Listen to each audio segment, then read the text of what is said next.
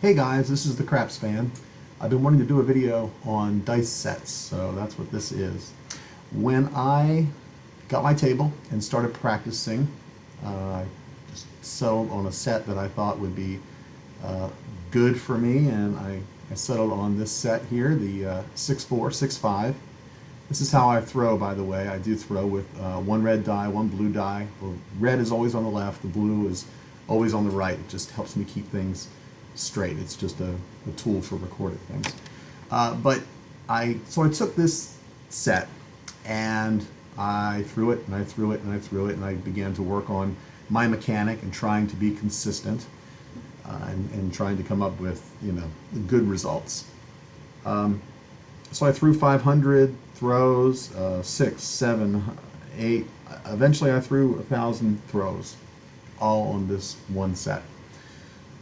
And I was thinking, okay, now that I have that data and I can analyze what what my results are, I thought, well, what am I going to do about other sets, and how much time is that going to take, and am I going to have to do the same type of thing to for each set if I change this up? And I began to realize that there are a lot more dice sets than I thought there were. Turns out there are 576 different dice sets, and each one is going to give you a different result when you throw it than the others. So being a tech person, I began to think about how I could take the data I already had and see if I could apply that to figuring out how other dice sets might fare for me. And I realized that I could do that. So there's a way that I've come up with. It's really not that difficult. That you can take another set. Let's take this set for example. The 3B set. All right. So if I took the set I started with, and if I had thrown a 4, 5, 9, all right, then I can know that if I had thrown instead the 3B set, that I would have come up with a 5, 1, 6. All right, it's a simple transposition. You just map the faces on one pair of die to the faces on another pair of die, and you can come up with that. So I worked out a spreadsheet that is actually kind of complex, but it's been a lot of fun to do, that allows you to take the throw from one dice set and transpose it to become the throw for another dice set. So let me get into this a little bit and show you guys what I've done and how it can be useful. So just to start with, I recorded all of my throws. All right, so like I said, red and blue, and just all my different throws. So I threw and threw and threw and threw, and this is what I got. Just like I said, there are over 1,000 throws in this spreadsheet right here. Okay, it looks like I'm up to 1,245 as of today, adding to it all the time. But then what I did was, and this is where it gets interesting, you can see here I've got all the different dice set out. So for one die, okay, here, this is the 1, 2 set. All right, so 1, 2. All right, so whereas I was throwing with my red die, I was throwing 6, 4. All right. If you threw with 1, 2, then every time my red die was 4, it would be 2. And every time my red die was 6, it would be 1 in the other set. And every time my red die was 3, it would be 5 with the other set. Every time it was 5, it would be 3 with the other set, etc. So that's what I did with all of this data. So for die 1, based on 6, 4, and then die 2, based on 6, 5, these are the numbers that will allow you to do the transposition. All right, then in this tab, which has a lot of calculated data in it. It will probably take a while to load. I then took all the rolls, again, right here, and summed them up. So these are just the sums of the two numbers on the die for each set. All right, so across the top here we have all the different sets. 1, 2, 1, 2, 1, 2, 1, 3, 1, 2, 1, 4, etc., etc. Like I said, there are a lot. There are 576, which is 24 squared, in case you're wondering, because there are 24 different ways to set each die. All right, so then what I did was determine for all of the throws I did, all right, for each transposed set, what the result would have been and how that would have shaken out for each number. So 2 through 12. Let's just start with that to begin with. All right. So, let's go over here to the set that I actually threw, the 6, 4, 6, 5. Just go over here. All right. 6, 4, 6, 5. All right. So when I threw, I actually didn't get a very good result with sevens. I mean, the 7 is supposed to come 16.666% of the time, 1 in 6. I was actually seeing it 19% of the time, so more often than the random distribution. But I was seeing the 5 14% of the time, when normally it only shows up 11.1% of the time. I was seeing the 9 13% of the time, so that was better than average. But so I've color coded these. So green is good, red is bad. All right, but so now you can see that this set wasn't doing so well for me, with the 7s. But I've been able to, through the analysis, look at other sets. So here's one, the 6, 4, 2, 4. All right, let's look at that. I'm going to put it up against the edge here. I apologize, it's a little hard to see. But let me zoom in a little bit here.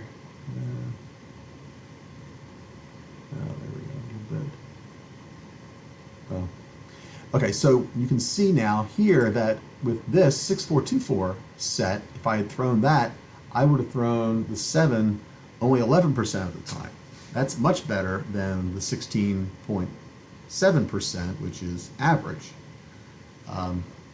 So that's quite an improvement. In fact, that is the best of any of the sets that I have, and there are actually probably quite a few sets that are showing that 11.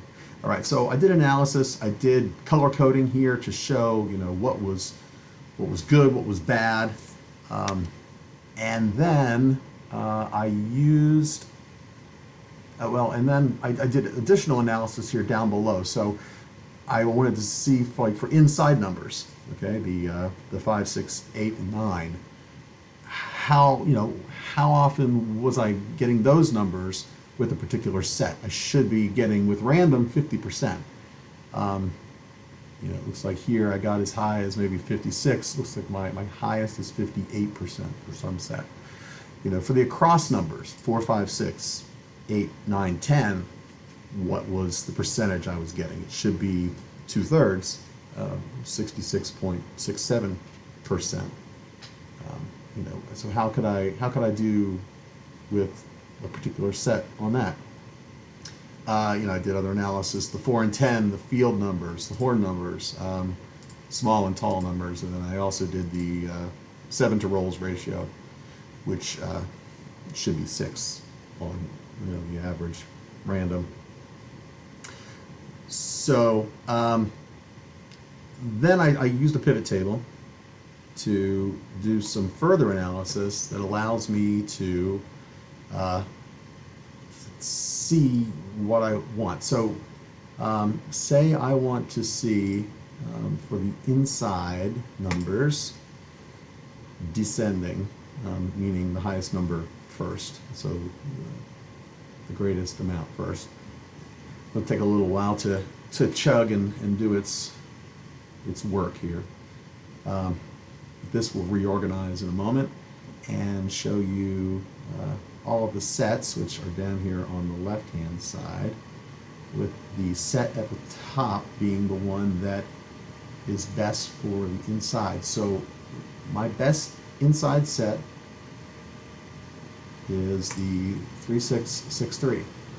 Now, you kind of have to balance this. So yeah, I get my most inside numbers from that set, but I also throw the 7 15.7% of the time in that set. Now, that's still less than the 16.7% on average, but it's still higher than I want it to be, and it's much higher than my best. So if I come down here, you can see that these two sets here, this 4121 and 3565, have only an 11% 7 appearance, which is great. I mean, that's probably about a 30% improvement, 30% less 7s than you would see with a random roll. And of course, then my inside number here is still very high. Looking next to here, so the yellow numbers are the numbers that are the highest, the best scores in a particular column. You can also see that this set right here, this 3565, is my best across set.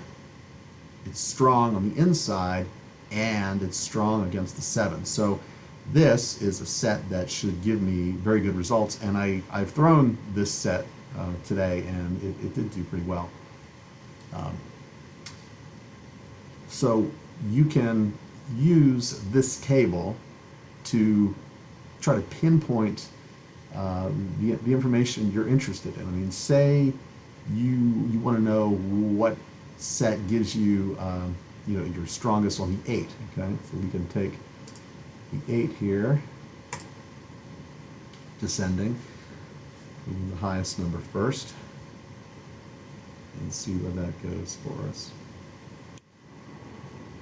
So we've got, our best set. Our best sets for the 8 are the 5312 and the 3136.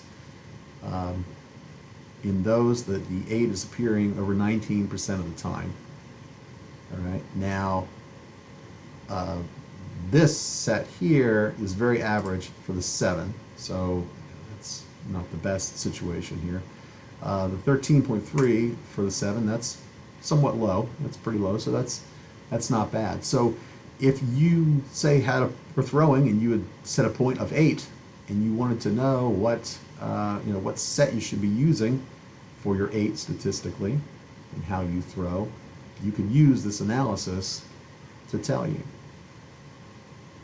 So that's how this works. Again, you can just choose any of these different things. Say I want to know, for the 4 and 10, maybe I like to bet the 4 and 10.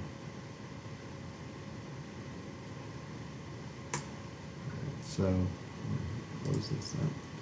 So here you can see I've got actually quite a few sets where I'm throwing the 4 and 10 at 21% of the time. Now the 4 and 10 together should appear 16.7%. So that's a 5% increase. So over 33% increase over the normal average. Now, if I see, now I'd want to match that up against somewhere where the 7 is low. Now I'm not seeing this 11% 7 in that very highest range, but still 21, that's showing for 21%. So for the 5636 set, I could, if I'm throwing the 7 at 11% of the time and throwing 4 and 10 at 21% of the time, that might really work out well for me if I'm betting that way. So then in this tab here called Best Sets, I've just created this as a place to collect sets that you feel are the ones that you've pinpointed for different things. So, I've got the 2 through 12 specified here. I've got inside, across, and horn. And then I've also specified sets to try to not get a number. So if you are throwing from the don't, for example, and you've got your, if I was throwing from the don't and I had a point of 5 and I was trying to hit the 7 and avoid the 5, I've determined that this 5, 6, 1, 4 set is the best one for me, because I'm only going to hit the 5 8% of the time, which is 28% less than average, and I'm going to hit the 7 20% of the time, which is 22% more than average.